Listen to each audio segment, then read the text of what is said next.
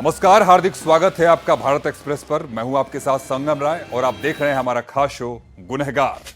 Crime की दुनिया में हर दिन वारदात का तरीका बदल रहा है। कहीं नशे की खेप को गाड़ी के भीतर छिपाकर मंजिल तक पहुंचाने की कोशिश हो रही है, कहीं एक फाइल के जरिए हजारों मोबाइल फोन को निशाना बनाया जा रहा है, तो कहीं शराब पर बैन के बावजूद दूसरे राज्य से बड़ी खेप बिहार पहुंचाने की कोशिश हो रही है। लेकिन कानून की नजर से बचना हर बार आसान नहीं होता। आज हम बात करेंगे ऐसी ही 3 बड़ी खबरों की जिनमें कार्रवाई के बाद क्राइम की पूरी तस्वीर सामने आई है। जिसमें सबसे पहले बात करेंगे मोकामा की, जहां कार से गांजे की बड़ी खेप बरामद हुई और एक महिला समेत 2 लोगों को गिरफ्तार किया गया।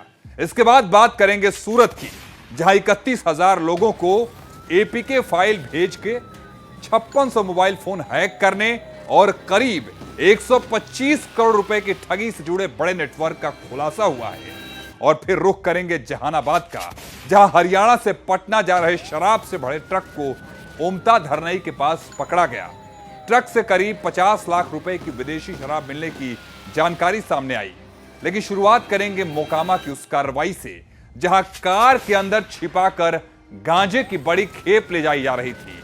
आखिर कार में गांजा कहां छिपाया गया था, पुलिस को कार पर शक कैसे हुआ और तलाशी के बाद क्या बड़ा खुलासा हुआ, एक महिला समेत 2 लोगों तक पुलिस कैसे पहुंची, हमारी एक खास रिपोर्ट देखिए।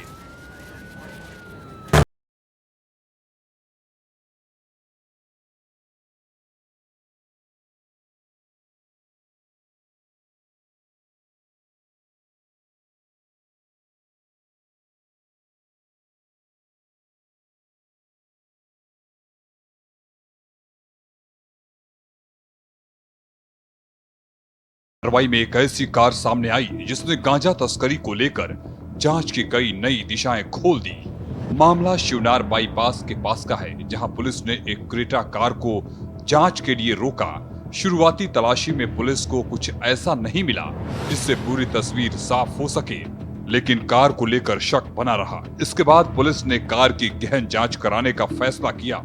मैकेनिक की मदद से जब कार के उन हिस्सों को खुलवाया गया जहां सामान्य तौर पर आसानी से नजर नहीं जाती, तो वहां से गांजा बरामद हुआ। कार के अंदर छिपा कर रखे गए छोटे छोटे पैकेटों से 59.3 ग्राम गांजा मिला।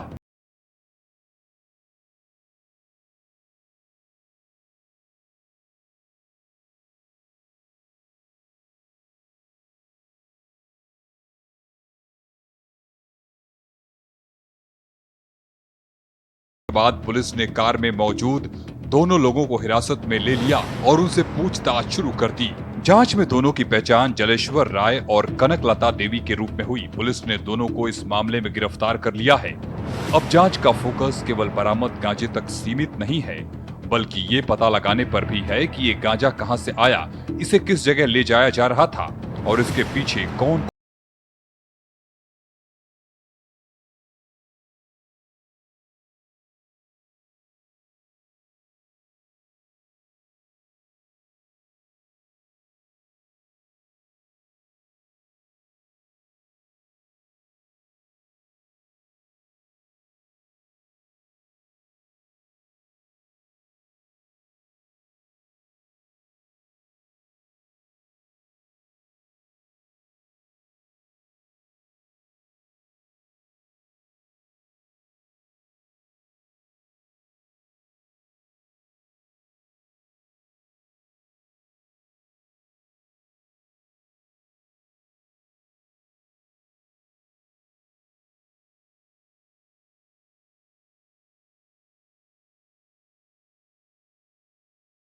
शुरुआती जांच के बाद पुलिस ने कार को लेकर शक खत्म नहीं किया और आगे की पड़ताल की और तलाशी में शक होने पर कार को मैकेनिक की मदद से खुलवाया।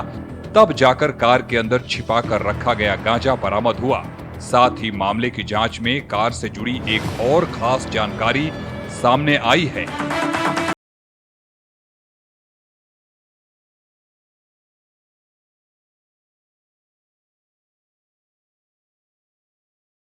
कि 3 राज्यों की 6 नंबर प्लेट भी मिलने की बात सामने आई है। इनमें बिहार, पश्चिम बंगाल और असम के नंबर प्लेट शामिल हैं। पुलिस अब ये पता लगाने की कोशिश कर रही है कि इन नंबर प्लेटों का इस्तेमाल किस मकसद से किया जाता था और कार की किन किन इलाकों में आवाजाही हो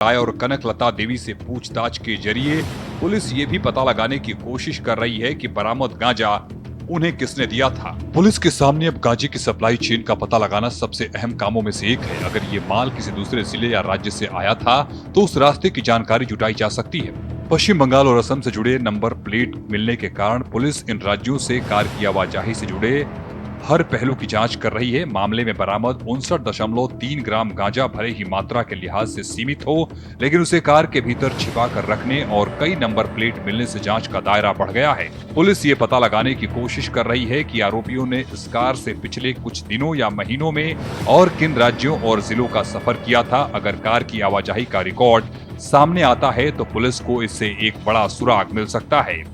इससे ये समझने में मदद मिलेगी कि कार का इस्तेमाल किन रास्तों पर और किस मकसद से किया जाता था।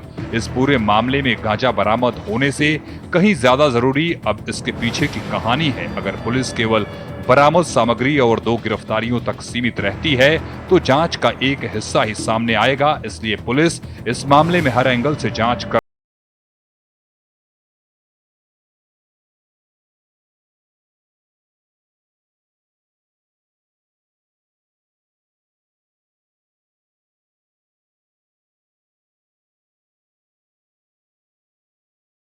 के शिवनार बाईपास के पास हुई इस कार्रवाई ने पुलिस के सामने कई नई कड़ियां रख दी हैं। एक क्रेटा कार, उसके अंदर छिपाए गए छोटे पैकेट, 59.3 ग्राम गांजा, 3 राज्यों से जुड़ी 6 नंबर प्लेट और कार में मौजूद महिला पुरुष, इन सभी पहलुओं को जोड़कर अब पुलिस पूरी कहानी समझाने की कोशिश कर रही है। मामले में जांच आगे बढ़ने से ही ये साफ होगा कि बरामदगी की ये घटना केवल 2 लोगों तक सीमित है या इसके पीछे और लोगों की भूमिका सामने आती है। फिलहाल पुलिस पूरे मामले की कार्रवाई में जुटी है। आने वाले दिनों में कार की आवाजाही, नंबर प्लेटों के इस्तेमाल और गांजे की सप्लाई से जुड़े सबूत इस पूरे मामले की दिशा तय कर सकते हैं। Bureau report, Bharat express.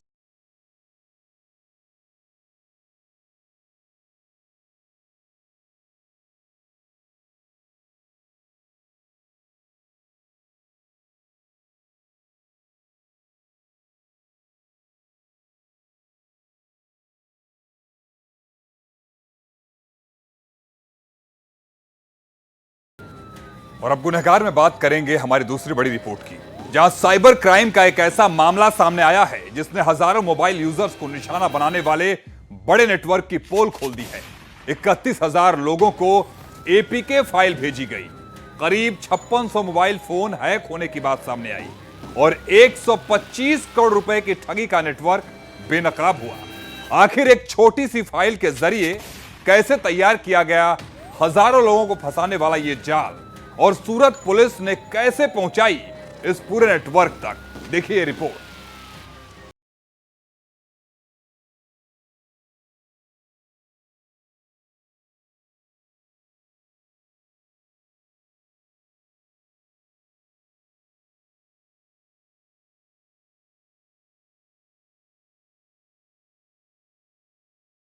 कभी कभार साइबर ठगी की शुरुआत इतनी मामूली होती है कि सामने वाले को खतरे का जरा भी अंदाजा नहीं होता।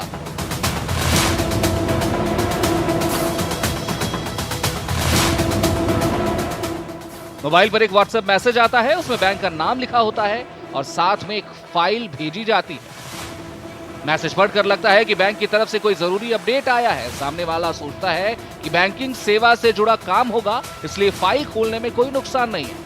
लेकिन कई बार यही छोटी सी लापरवाही उस वक्त बहुत भारी पड़ जाती है जब कुछ देर बाद बैंक अकाउंट से पैसे निकलने लगते हैं और पता चलता है कि जिस फाइल को बैंक की ऐप समझकर डाउनलोड किया था वो असल में साइबर अपराधियों का जाल था। सूरत में पुलिस ने ऐसे ही एक बड़े साइबर फ्रॉड नेटवर्क का पर्दाफाश किया है।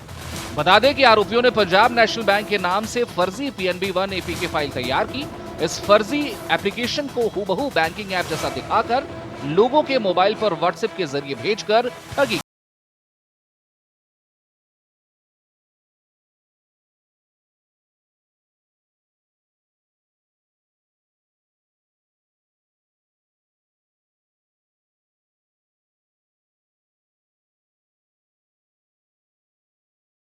इस ठगी के नेटवर्क से जुड़ी 336 एपीके फाइलों की जांच में 31,000 से ज्यादा मोबाइल डिवाइस तक इनकी पहुंच का पता चला है।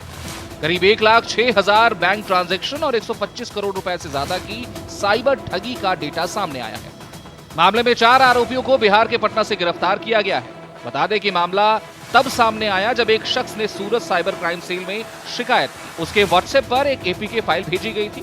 उसे बताया गया कि ये बैंक की ऐप है। शख्स ने फाइल डाउनलोड कर ली। इसके बाद उसके मोबाइल तक आरोपियों की पहुंच बन गई और उसके बैंक अकाउंट से करीब 5 लाख रुपए ट्रांसफर कर लिए गए। पीड़ित ने 1930 साइबर क्राइम हेल्पलाइन पर शिकायत की। इसके बाद सूरत पुलिस ने एपीके की तकनीकी जांच शुरू की और यहीं से एक ऐसी कहानी खुली जो एक फोन और 5 लाख रुपए की ठगी से कहीं ज्यादा बड़ी निकली।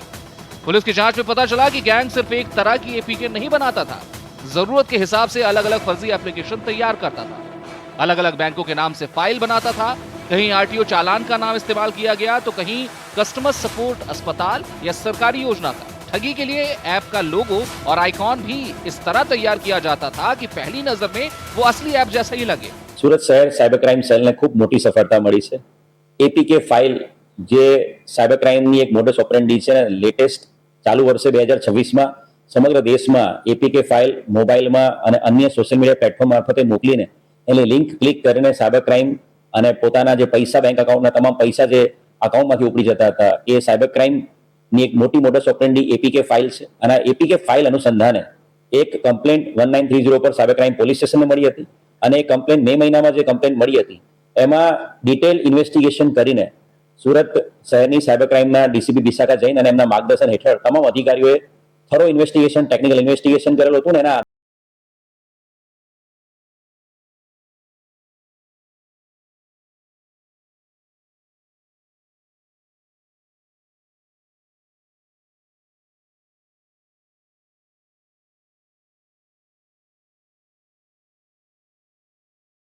दो एंड्रॉइड एप्लीकेशन का इस्तेमाल करता था।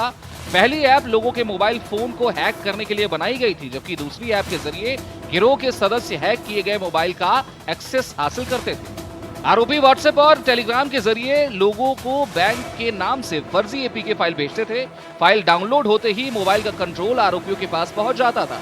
इसके बाद वो पीड़ित के बैंक डेटा, केवाईसी से जुड़ी जानकारी, एसएमएस, कॉन्टैक्ट, कॉल लॉग और फोटो गैलरी समेत कई जानकारियों तक पहुंच हासिल कर लेते थे।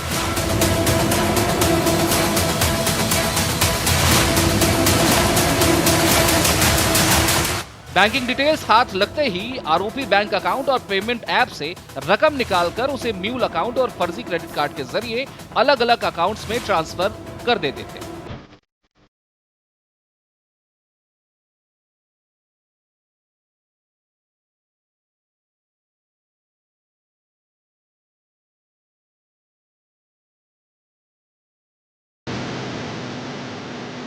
એક આખી ગેંગ જે મુખ્યત્વે જામતારાથી ઓપરેટ કરે છે એ ગેંગ સુધી પહોંચવામાં સાયબર ક્રાઇમ સેલને મોટી સફળતા મળી છે।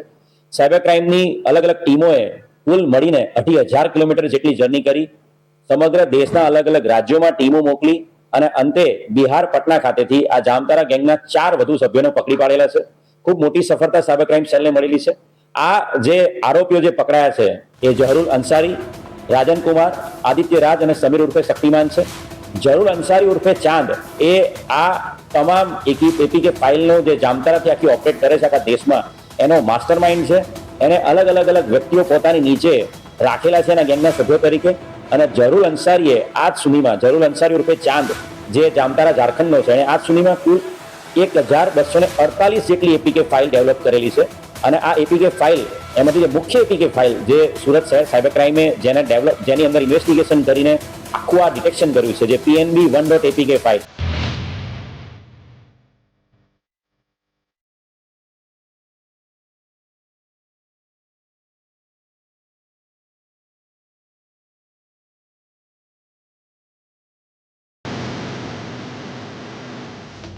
बता दें कि सूरत पुलिस की जांच सबसे पहले उत्तर प्रदेश के कानपुर तक पहुंची। वहां से पुलिस ने 18 साल के एपीके डेवलपर रोहित को गिरफ्तार किया।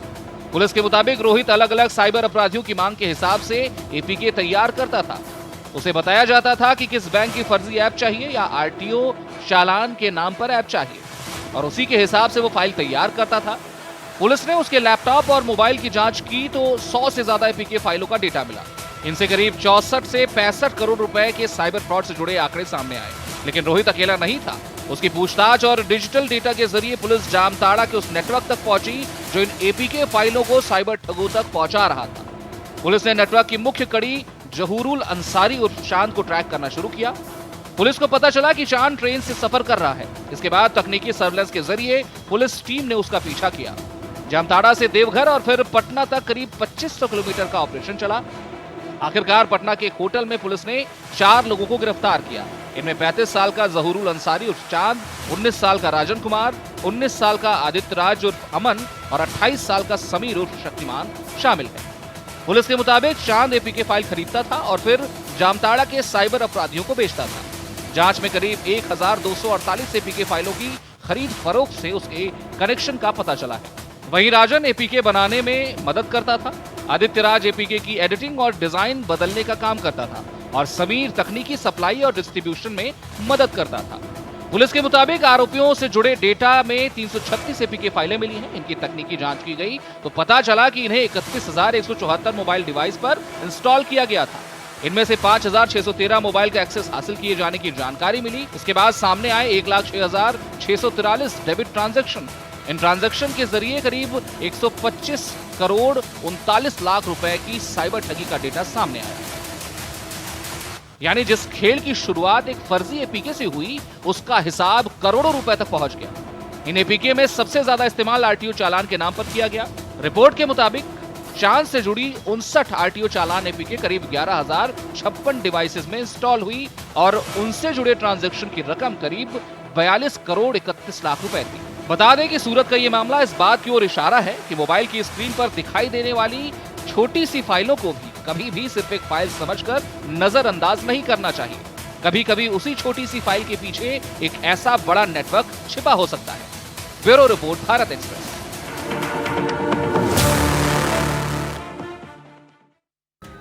अब गुनहगार में बात करेंगे हमारी तीसरी बड़ी रिपोर्ट की।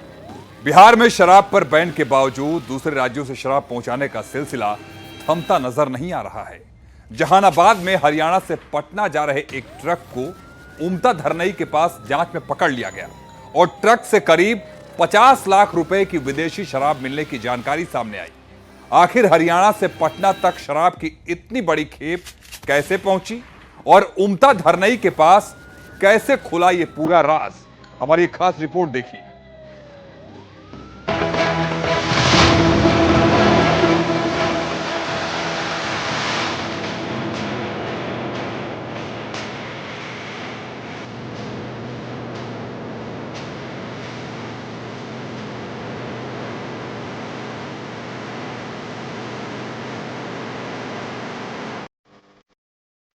बिहार में शराब पर बैन लागू होने के बाद राज्य के अंदर शराब की खरीद बिक्री और उसकी आवाजाही पर सख्ती बरती जा रही है। इसके बावजूद दूसरे राज्यों से छिपाकर शराब की बड़ी खेप बिहार तक पहुंचाने की कोशिशें सामने आती रहती हैं। तस्करी करने वाले लोग अलग अलग वाहनों और रास्तों का सहारा लेकर शराब को बिहार में लाने की कोशिश करते हैं।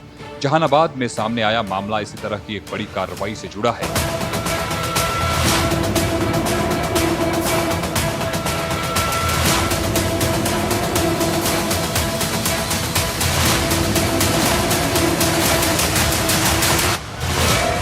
हरियाणा से पटना की ओर जा रहे एक ट्रक को उमता धरनई के पास जांच के लिए रोका गया। ट्रक की तलाशी शुरू हुई और उसके भीतर विदेशी शराब की बड़ी खेप मिली।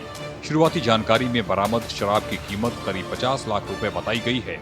इस कार्रवाई के बाद ट्रक को कब्जे में लेकर जांच आगे बढ़ाई गई और मामले से जुड़े 2 लोगों को गिरफ्तार किया गया।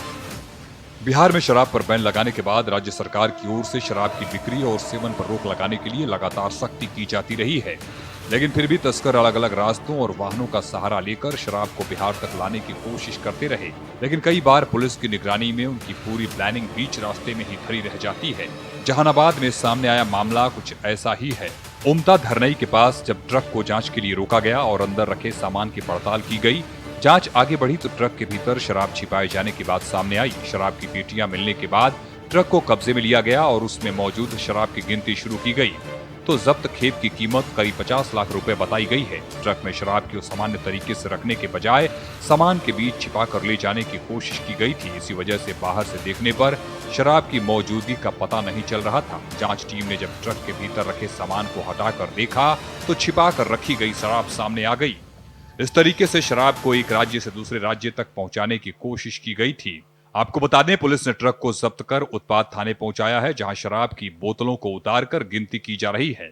मौके से पुलिस ने ट्रक ड्राइवर प्रवीण सिंह और उसके साथी राजेश कुमार मीणा को गिरफ्तार किया है। दोनों आरोपी राजस्थान के रहने वाले हैं। पूछताछ में ड्राइवर ने दावा किया कि उसे हरियाणा से पटना तक गाड़ी पहुंचाने के लिए 20,000 रुपए का लालच दिया गया था और उसे ट्रक के अंदर मौजूद सामान की जानकारी नहीं थी।